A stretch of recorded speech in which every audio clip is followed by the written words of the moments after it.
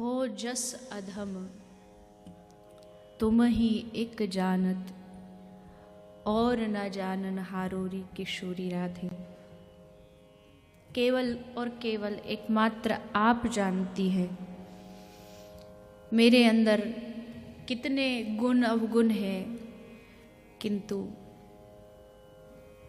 भरोसा है आपका कि आप अवश्य उबारेंगी। कब उबारेंगी? जब जिह्वा से निरंतर निरंतर उनका नाम का गान होता रहे, जिह्वा से निरंतर उनके नाम छूटने ना पाए। एकमात्र रास्ता है उनकी कृपा का, उनका नाम का आश्रय। केवल नाम का आश्रय लेने से ही कृपा मिल सकती है। आसान सरल रास्ता, एक बार नहीं हजारों बार कह लीजिए, समझ लीजिए, केवल और केवल उनके नाम से ही उनकी कृपा मिलेगी। जितना जितना उनका नाम हाथ से चलेगा, जिह्वा से चलेगा, जितनी बार कृष्ण कृष्ण हरे कृष्ण श्री राधा कह के पुकारा जाएगा, उतनी बार वो हम पर रीझेंगी। नाम नहीं छोड़ना है, कुछ छूट जाए, साधक को ये बात ध्यान रखनी चाहिए, कुछ छूट जाए पर जिह्वा से नाम न छूट पाए। और हमारा उल्टा है, हम काम के लिए नाम को छोड़ देते, जबकि नाम के लिए काम को छोड़ देना उचित है। काम है हमारे पास बहुत सारे, इसलिए नाम छोड़ दो, चलो। नाम है हमारे पास, इसलिए काम को छोड़ा जाना चाहिए, पर नाम को नहीं।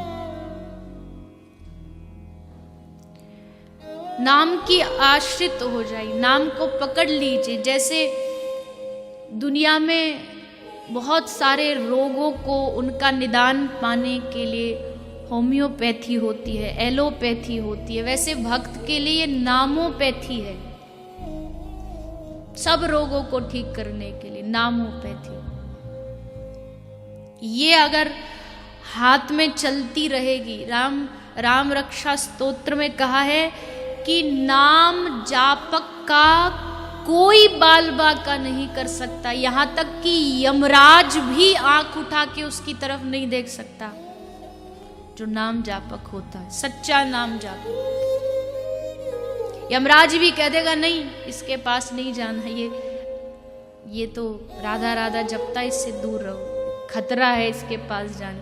पता चले कि यमराज भी सब काम धंधा छोड़ के वहीं उसके पास बैठ जाए। कह रहे हैं कि कोई बाल बाका नहीं कर सकता जो नाम के आश्रित होता है। नाम से बढ़कर कोई साधन सिद्धि शास्त्रों ने बताई नहीं। सब साधन अच्छे हैं, बुरे नहीं है, सब साधन अच्छे हैं। सदाचार अच्छा है, लेकिन अगर मृत्यु तक पहुंचने में अगर सदाचार नहीं आया तो।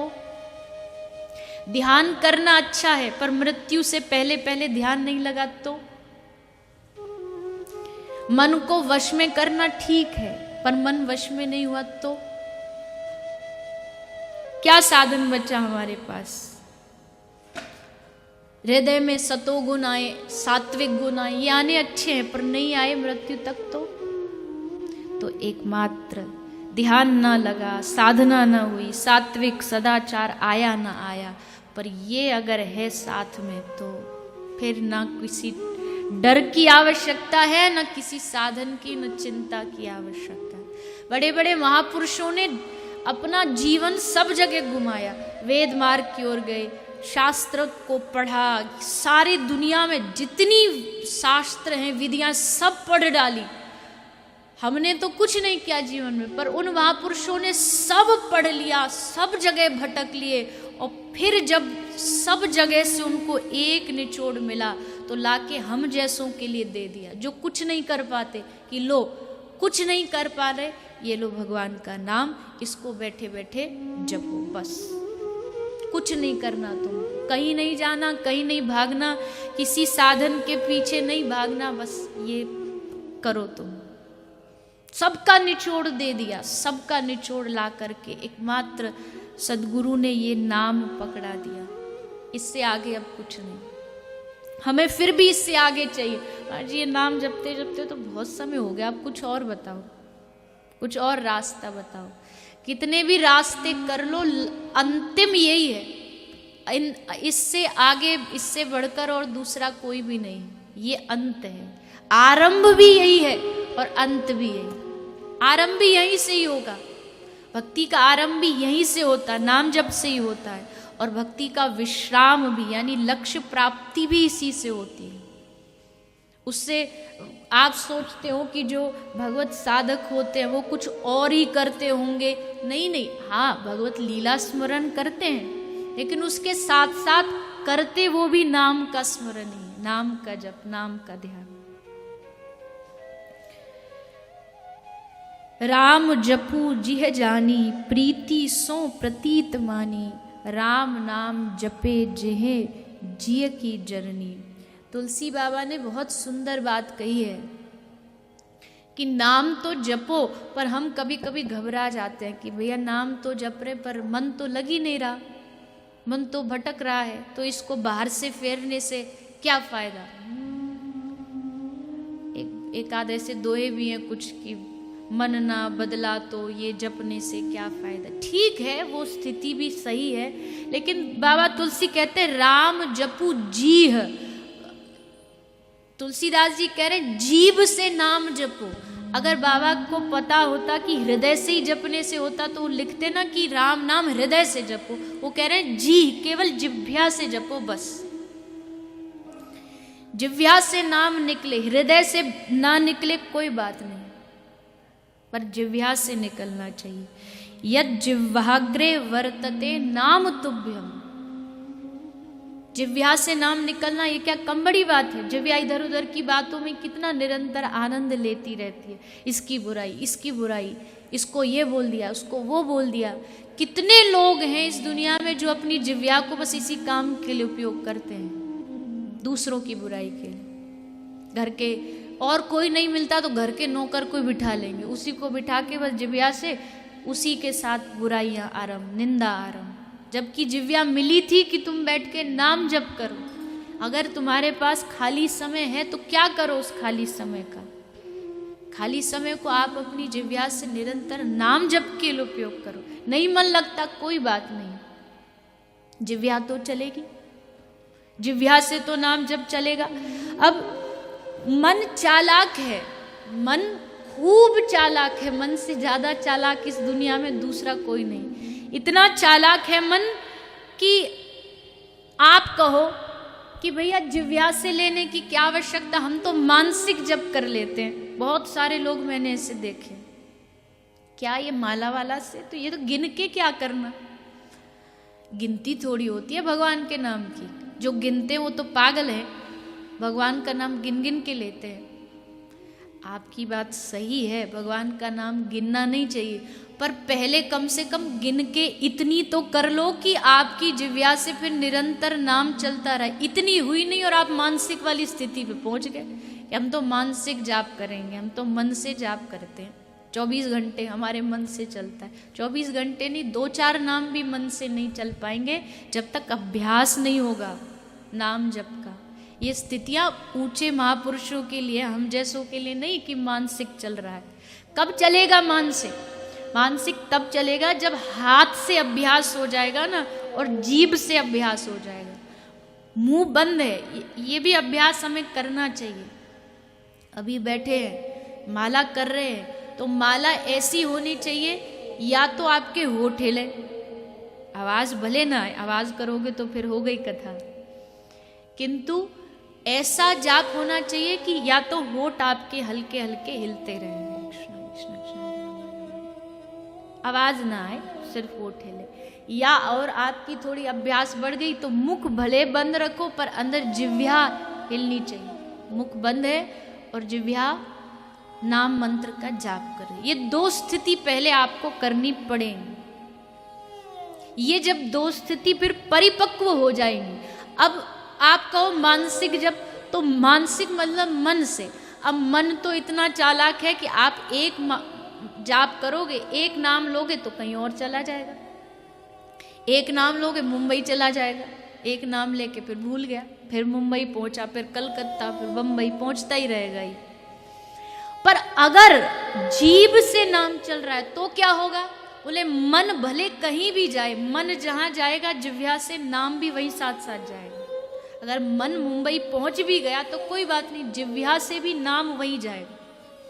ये लाभ है जीभ से जाप करने का। तो पहले पहले ही हमें महात्मा नहीं बन जाना कि हम तो मानसिकी कर लेंगे, हमको कोई माला फाला की आवश्यकता नहीं। पहले माला करो, पहले गिन के करो, गिन करके पहले अभ्यास बनाना पड़ता है। क्यों कहते हैं गुरुदेव 16 माला तो करनी करनी? वो भी तो कह सकते हैं कि ज्यादा जितना हो जाए उतने करो, वो है कि जितना हो जाए, पर 16 तो गिन के करना ही करना है जब आरंभ में आपको दीक्षा लेनी है। और फिर एक समय ऐसा भी आएगा जब 16 से भी आपको तृप्ति नहीं होगी। 16 से क्या होता है? कई लोगों से पूछो ना कितना नाम जप करते हो, कितनी माला करते हो? 2 तो कर ही लेते हैं, 4 तो कर ही लेते हैं। ठीक है, कुछ ना से तो आपको भी प्रणाम है, आपने कम से 2 या 4 तो करी, पर अभी बहुत चलना बाकी है हमें। 16 भी बस गुरुदेव कह देते चलो बालक नया नया है, चलो कर लो, 16 कर लो नाम। महाप्रभु कहते थे ना कि उसी घर से भिक्षा लूंगा जो लखपति होगा। अब सब लोग घबरा गए, लखपति ये कैसे? महाप्रभु तो ऐसे है नहीं कि जो पैसा धन का ये सब देखे। तो फिर उसका समाधान पूछा तो फिर बताया महाप्रभु ने कि जो रोज 1 लाख नाम जप करता होगा उसके घर से भिक्षा लूंगा। तो 1 लाख का मतलब 64 माला होता है, 64 माला से 1 लाख होती है। तो फिर आप सोचिए, आप हम सब 2-4 करके ही खुश हो जाते, राजी हो जाते। तो देखो हमने कितना कर लिया, आज तो खूब भजन किया हमने। अभी कुछ भी नहीं कर पा रहे, अभी तो खूब नाम बाकी है हमारा।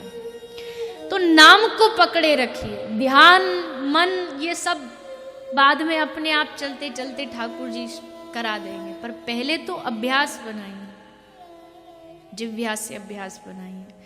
नाम से फिर क्या होगा? बोले नाम जो हिंसा की चरम अवस्था पर थे वाल्मीकि ऋषि, उस नाम ने उनका जीवन बदल दिया। जो हिंसा की चरम अवस्था पर थे, जो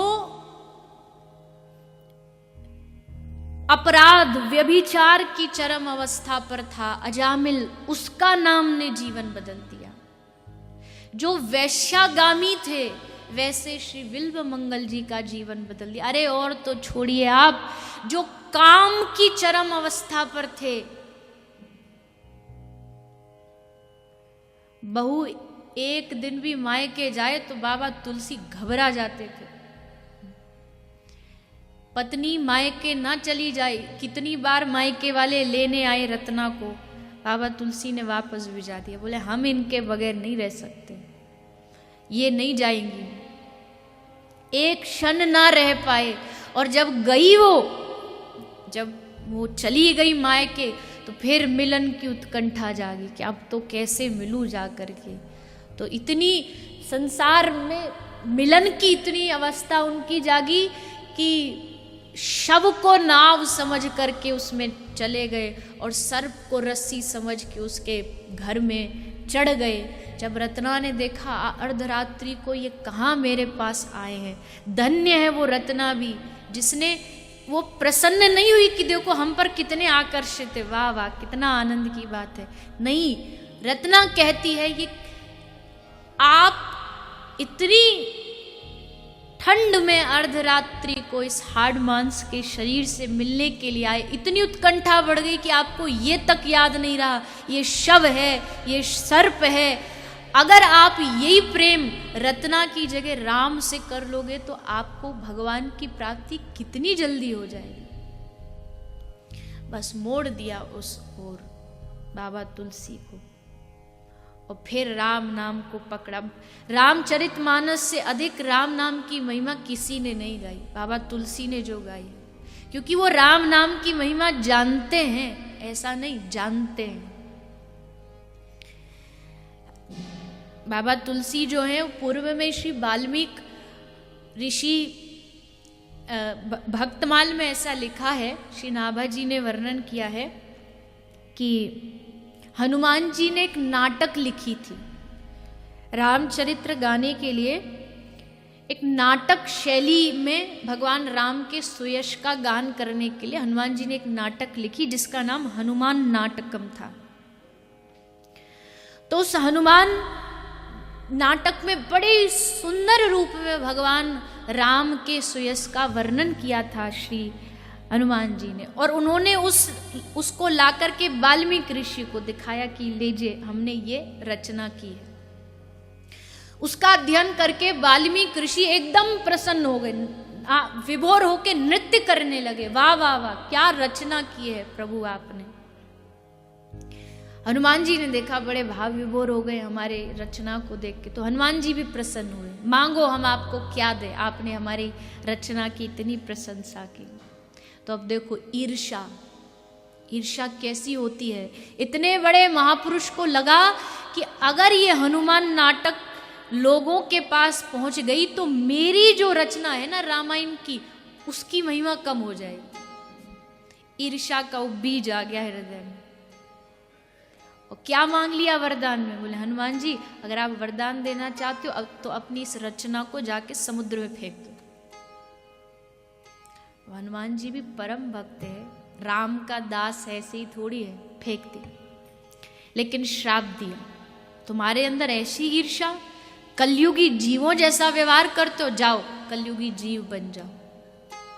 भक्तमाल कहती है वहीं फिर बाबा तुलसी बन के प्रगटे। पर हनुमान जी ने एक वरदान भी दिया साथ में कि भले तुमने ईर्ष्या की पर हो तुम भगवत भक्त, इसलिए मैं आशीर्वाद देता हूं, जाकर के तुम एक ऐसी रचना करोगे जिससे सबके जीवन में राम नाम फिर से स्थापित हो जाए। तब बाबा तुलसी ने रामचरितमानस का वर्णन किया और रचना की जिसमें भगवान राम के नाम की महिमा बड़े सुंदर रूप में लिखी गई है।